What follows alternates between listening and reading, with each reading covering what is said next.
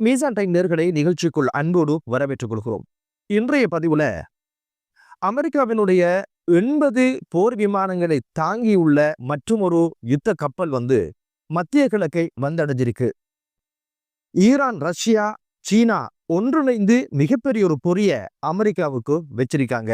ஈரானில் வெடித்த 2 குண்டுவெடிப்புகளின் பின்னணியில் படத்தளபதிக்கு என்னானது, பலியானாரா இல்லையா என்ற பல்வேறு விடயங்களை பேசுறதுதான் இன்றைய பதிவு. அமெரிக்காவுடைய நிலைய சுருங்க சொல்றதாக இருந்தா, மதில் மேல் பூனை போல எங்கு பாயிர அப்படின்ற ஒரு நெருக்கதியில இருக்குது. ஒரு பக்கத்து யுத்தத்துக்கான ஏற்பாடும் கெடுபடியும், மறுபக்கம் அமைதிக்கான அழைப்பையும் விடுக்கிறது அமெரிக்கா.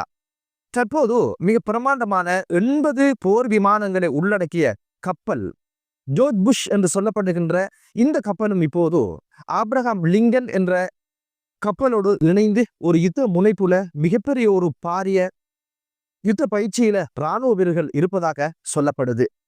மத்திய கிழக்கில் இருக்கின்ற 40,000க்கும் அதிகமான இராணுவ வீரர்கள் இப்போது தயார் நிலையில் இருப்பதாகவும், இதற்கான அனைத்து ஏற்பாடுகளும் செய்யப்பட்டு பயிற்சியில் ஈடுபடுவதாகவும், அதே போல ஈரானுடைய பந்தர் அப்பாஸ் என்று சொல்லுகின்ற துறைமுகத்திலிருந்து 620 கிலோமீட்டர் தொலைவில் இப்போது இந்த இராணுவ முகாமிட்டு இருப்பதான செய்திகளும் வெளிவர ஆரம்பிச்சிருக்கு.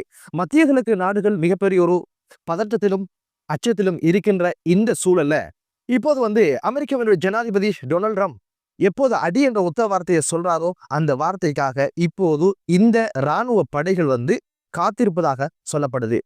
இப்போது டொனால்ட் ட்ரம்ப் எவ்வகையான முடிவு எடுக்க போறார் அப்படின்றது தான் இப்போது தெரியாமல் இருக்குது. ஒரு பக்கம் அளவு கடந்த இராணுவ குவிப்பு, இராணுவ தளபாடங்களை இந்த பகுதிக்குள்ள நகர்த்தியாச்சு, பயிற்சியில இராணுவம் இருக்குது. அதே நேரம் சமாதானத்திற்கான ஏற்பாடுகளையும் மறுமுனையில செய்து கொண்டிருக்கிற ஒரு செய்தியும் சர்வதேச ஊடகங்கள்ல பார்க்க கிடைத்தது. ஈரானுடைய நிலைப்பாடு என்ன அப்படின்னு பாத்தீங்கன்னா, இப்போது ரஷ்யாவும் சீனாவும் முழு வேக்கையோட ஈரானை பாதுகாக்கலாம், ஈரானோடு தோல் கொடுக்கலாம் அப்படின்னு சொல்லி இப்போது களத்துல குவிச்சிருக்காங்க. ரஷ்யா அதன் பங்குக்கு செய்திருக்கிற உதவிகள் என்ன அப்படின்னு பாத்தீங்கன்னா, இப்போதைக்கு மிக பிரமாண்டமான இராணுவ தளபாடங்களை உள்ளடக்கிய ஒரு மிக முக்கியமான அந்தோனோ 124 என்று சொல்லப்படுகின்ற விமானத்தை இப்போது ஈரானுக்கு அனுப்பி வச்சிருக்கு. அதனுடைய நவீன யுத்த விமானங்களையும் யுத்த கப்பல்களையும் அதே போன்று அனுப்பி வச்சிருக்குது. அதே போன்று ஈரானுடைய வான்பரப்பை கட்டுப்படுத்துவதற்கு தேவையான வான் பாதுகாப்பு அமைப்பான S-400ஐயும் இப்போது அங்கு அனுப்பி வச்சிருக்கு. இந்த விமானங்களுடைய பணி என்ன அப்படின்னு பாத்தீங்கன்னா, துல்லியமாக அமெரிக்காவினுடைய கப்பல் மீதும் விமானங்கள் மீதும் தாக்குதல் நடத்துவதோட ஏதோ ஒரு வகையில ஈரானுக்கு உதவி அளிக்கணும் அப்படின்னு ஒரு முனைப்போட இப்போது ரஷ்யா களத்துல குதிச்சிருக்கு.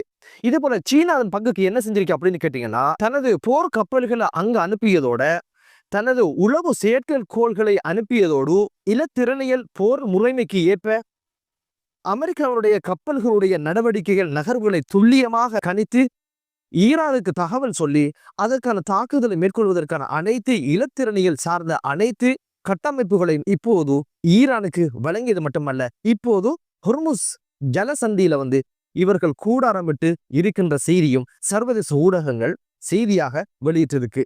இவ்வாறு கைகோர்த்தது அமெரிக்காவுக்கு மிகப்பெரிய ஒரு தலையடியாகவும் ஒரு அச்சத்தையும் ஏற்படுத்தியிருக்கு என்பதுதான் இப்போது சர்வதேச அரசியல் ஆய்வாளர்களுடைய கணக்காகவும் இருக்குது, விமர்சனமாகவும் இருக்குது. ஈரானுடைய இலக்குகள் என்ன அப்படின்னு பாத்தீங்கன்னா, அமெரிக்காவுடைய யுத்த கப்பல் போர் விமானங்களை ஏவுகணை மூலம் தாக்குதல் நடத்துவதோட புதிய வகையான ட்ரோன்கள் 1000 தயார் நிலையில் இருப்பதாகவும், ஒரே தடவையில் இவங்க பீரிட்டு பாய்ந்து தரைமார்க்க, வான்மார்க்க, அதே போல கடல் மார்க்க தாக்குதல்களை துல்லியமாக செய்யும் ஆற்றல் உள்ளது அப்படின்ற ஒரு விஷயம் சொல்லப்படுவதோடு, மத்திய கிழக்கில் இருக்கின்ற அமெரிக்காவுடைய இராணுவ தளங்கள் தமது இலக்காகவும் அதனுடைய நலன்கள் தமது இலக்காகவும் இருக்கும் என்ற ஒரு எச்சரிக்கையும் விட்டிருக்காங்க.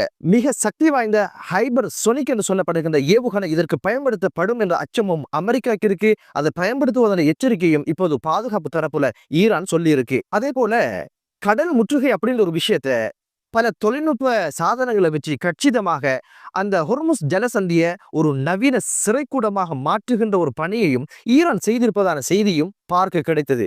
அதாவது எந்த கப்பல் போகணும், எதை தடுத்து நிறுத்தணும், எதை போட்டு தாக்கணும் அப்படின்ற பல்வேறு விஷயங்களை தரையில் இருந்து இயக்குகின்ற தொழில்நுட்பத்தை இப்போது ஈரான் சீனாவிடமிருந்து பெற்றிருக்கின்ற ஒரு விமர்சனமும் முன்வைக்கப்படுது.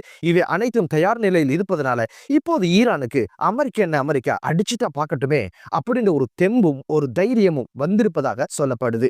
இதுக்கிடையில துருக்கியோட ஜனாதிபதி உர்துகான் உடனடியாக துரித கதியில செயற்பட்டு ஒரு யுத்தம் மூண்டா உலகத்தினுடைய பொருளாதாரம் தமது நாட்டுடைய பொருளாதாரக்கெல்லாம் மிகப்பெரிய ஆபத்து இருக்கும் என்பதனால உடனடியாக ஈரானுடைய ஜனாதிபதியும் அமெரிக்காவோட ஜனாதிபதி டொனால்ட் ட்ரம்பை போன்ல தொடர்பு கொண்டு ஒரு பேச்சுவார்த்தைக்கான ஏற்பாடை செய்திருக்கிறாரு. உடனடியாக இந்த செய்தி கேட்டு ஈரானுடைய வெளிவிவகார அமைச்சர் உடனடியாக துருக்கி சென்று உருதுகானை சந்தித்து பல்வேறு விஷயங்களை பேசி இப்போது நாட்டுக்கு மீண்டும் வந்திருக்கிறாரு. ஈரான் தரப்புல இந்த பேச்சுவார்த்தைக்கு பச்சைக்கொடி காட்டப்பட்டதாக சொல்லப்படுது. நிபந்தனைகளுடன் கூடிய ஒரு பேச்சுவார்த்தை இருக்கணும் அப்படின்றதுதான் இவர்களுடைய அபிலாசையா இருக்குது. அவங்க சொல்லுகிற விஷயம் என்ன அப்படின்னு பாத்தீங்கன்னா, ஈரான் நலனை பாதிக்காத ஒரு பேச்சுவார்த்தையாக இருந்தா அதுல நாங்க பங்கெடுப்போம் என்ற ஒரு விஷயத்தையும், அதே போல யுரேனியம் செறிவூட்டல் என்பது எமக்கான உரிமை, அதற்கான அனுமதி அமெரிக்கா தரணும் அப்படின்ற ஒரு விஷயத்தையும், அணு ஆயுத உற்பத்தியை நாங்க செய்ய போறதில்ல, அதற்கான முனைப்பை நாங்க காட்டினதும் இல்லை, அதை நாங்கள் ஒருபோதும் செய்வதில்லை என்ற ஒரு உத்தரவாதத்தை தாம் அளிப்பதாகவும், இதற்கு மாற்றீடாக எம் மீது விதிக்கப்பட்டிருக்கின்ற பொருளாதார தடை அனைத்தையுமே நிவர்த்தி செய்யணும், தளர்த்தணும், இல்லாத போக்கணும் அப்படின்ற ஒரு நிபந்தனையின் அடிப்படையில் தான் இந்த பேச்சுவார்த்தையில கலந்து கொள்வோம். ஈரானுடைய நலனை பாதிக்கின்ற எந்த ஒரு பேச்சுவார்த்தையிலும் ஈரான் கலந்து கொள்ளாது அப்படின்ற ஒரு விஷயத்தையும் சொல்லியிருக்காங்க. அதே நேரம் அமெரிக்காவால் யுத்தத்தை தொடங்க தான் முடியுமே தவிர முடிக்க முடியாது என்ற ஒரு எச்சரிக்கையும் வெளிவிவகார அமைச்சர் அப்பாஸ் அராக்கி அவங்க தெரிவிச்சிருக்காங்க. அமெரிக்க தரப்புல சொல்லப்படுகின்ற நிபந்தனைகள் என்ன அப்படின்னு பாத்தீங்கன்னா, அணு ஆயுத உற்பத்தியை முற்றுமாக கைவிடணும். அடுத்ததாக நீங்கள் தயாரிக்கின்ற ஏவுகணைகள் 500 கிலோமீட்டர் சென்று தாக்க முடியுமான அளவுக்கு மட்டுப்படுத்தணும். கண்டம் விட்டு கண்டம் தாண்டி நீண்ட தூர இலக்குகளை மையப்படுத்தி தாக்குதல் நடத்துகின்ற ஏவுகணைகளை உற்பத்தி செய்கின்ற விஷயத்தையும் கைவிடணும். மட்டுமல்ல, இஸ்ரேலுடைய பாதுகாப்பை நீங்க உத்தரவாதப்படுத்தணும், அதற்கு அச்சுறுத்தலாக நீங்க இருந்துடக்கூடாது அப்படின்னு பல்வேறு நிபந்தனைகளுக்கு ஏற்பதான் இந்த பேச்சுவார்த்தைக்கு அமெரிக்கா முன் வந்திருக்குது. பேச்சுவார்த்தைகளுடைய நிபந்தனைகளை பார்த்தா சடங்கு சம்பிரதாயத்துக்காக ஒரு பேச்சுவார்த்தை அப்படின்ற மாதிரி தான் தெரியுது. இந்த நிபந்தனைகள் எல்லாம் ஈரான் ஏற்றுக்கொள்ளுமா என்பது தெரியல. என்னதான் இருந்தாலும் இப்போது உருதுகான் இதற்கான ஒரு முயற்சியை எடுத்திருப்பது என்பது ஒரு ஆரோக்கியமான விடயமாக இப்போது பேசப்படுது. இந்த சமாதான பேச்சுவார்த்தைகளுக்கு இடையில நேற்றைய இரவு ஈரான்ல 2 வெவ்வேறு பகுதிகளில் பாரிய குண்டுவெடிப்பு சம்பவம் இடம்பெற்றிருக்குது. இந்த குண்டுவெடிப்பு சம்பவத்தை தொடர்ந்து ஈரானுடைய புரட்சிகர காவற்படையினுடைய படத்தளபதி படுகொலை செய்யப்பட்டார் என்ற செய்தியும் தீயாய் பரவ ஆரம்பித்தது. உண்மையிலே இந்த 2 சூட்டு சம்பவத்துக்கு இடையான தொடர்புகள் என்ன, யார் இந்த தாக்குதல் நடத்தினாங்க அப்படின்னு எந்த ஒரு விஷயங்களும் வெளிவராத சந்தர்ப்பத்துல இந்த ஒரு செய்தி மட்டும் இப்போது தீக்காடாய் பரவ ஆரம்பிச்சது. உடனடியாக அரசு சார்பாக இப்போது இது வதந்தியான செய்தி, அடிப்படையற்றது, எமது படையின் தளபதி படுகொலை செய்யப்படல அப்படின்னு ஒரு விஷயத்தை உறுதிப்படுத்தியதையும் பார்க்க முடிந்தது. என்னதான் இருந்தாலும் இந்த தாக்குதல் குறித்து விசாரணை மேற்கொள்ளப்படுது. இந்த தாக்குதல 4 வயது சிறுமி பலியானதோட கிட்டத்தட்ட 14 பேர் காயமடைந்ததாகவும் சொல்லப்படுது. இந்த தாக்குதலுக்கு பின்புலம் என்ன ஏது என்பது தெரியல. இந்த தாக்குதல் நடந்த இடம் என்ன அப்படின்னு கேட்டீங்கன்னா, பந்தர் அப்பாஸ் துறைமுகத்துக்கு அருகில இந்த இடம்தான் மிகப்பெரிய ஒரு சர்ச்சைக்குரிய மிகப்பெரிய ஒரு போர் பதற்றமுள்ள இடமாக சொல்லப்படுகின்ற இடத்தில் தான் இந்த தாக்குதல் நடந்திருக்குது. ஏதும் ஒரு சூழ்ச்சியாக இருக்குமோ, மக்களுடைய கவனத்தை திருப்புவதற்கான ஒரு ஏற்பாடு என்ற பல்வேறு விஷயங்கள் இப்போது பேசப்படுவதையும் பார்க்க கிடைத்தது. மற்ற தாக்குதலில் எந்த உயிர் சேதங்களும் இல்லை என்று சொல்லப்படுகிறது. 10 வாகனங்கள் போல சேதமானதாக சர்வதேச செய்தி வெளியிட்டிருப்பதையும் காண கிடைத்தது. இப்போது ஏதோ ஒரு வகையில யுத்தம் என்ற ஒரு இடத்திலையும் சமாதானம் என்ற ஒரு இடத்திலையும் தான் அமெரிக்காவினுடைய நகர்வுகள் இருக்கதை பார்க்க முடியுது. ஒருவேளை ஈரான் இவைகளுக்கு ஒத்துழைக்க இல்லைன்னா ஒரு தாக்குதல் நடத்துவதற்கான ஏற்பாடாகத்தான் இருக்கும். எனவே அந்த தாக்குதல் மட்டுப்படுத்தப்பட்ட, வரையறுக்கப்பட்ட, அதே போல துல்லியமான, தூய்மையான என்று இராணுவ தரப்புல சொல்லப்படுவது போன்று மிக முக்கியமான அரசியல் புள்ளிகளை ஆயத்துல்லா அலி காமினி உட்பட இராணுவ படத்தலைவர்கள் தான் இந்த தாக்குதலை இலக்கு வைக்கப்படுவாங்க அப்படின்னு ஒரு விஷயம் சொல்லப்படுது. அதே போல இப்போதைக்கு ஐரோப்பா யூனியன் எடுத்திருக்கிற முடிவு என்ன அப்படின்னு பாத்தீங்கன்னா, ஈரானுடைய புரட்சிகர காவற்படையை இப்போதைக்கு பயங்கரவாத லிஸ்ட்ல சேர்க்கிறதுக்கான ஒரு முடிவை எடுத்திருப்பதான செய்திகளும் இப்போது சர்வதேச ஊடகங்கள் வெளியிட்டிருக்கின்றன. அதே சமயத்துல இஸ்ரேல் பற்றிய எந்த ஒரு விடயங்கள் சம்பந்தமாகவும் இந்த ஐரோப்பா யூனியன் ஈரான் கதைத்ததில்லை, பேசியதில்லை. அங்கு ஒரு இனப்படுகொலையை நடந்து முடிஞ்சிருக்குது. லட்சம் மக்கள் கொண்டு குவிக்கப்பட்டிருக்கிறாங்க. இது பற்றியெல்லாம் ஐரோப்பா யூனியனுக்கு பேசுவதற்கு நேரமில்லை.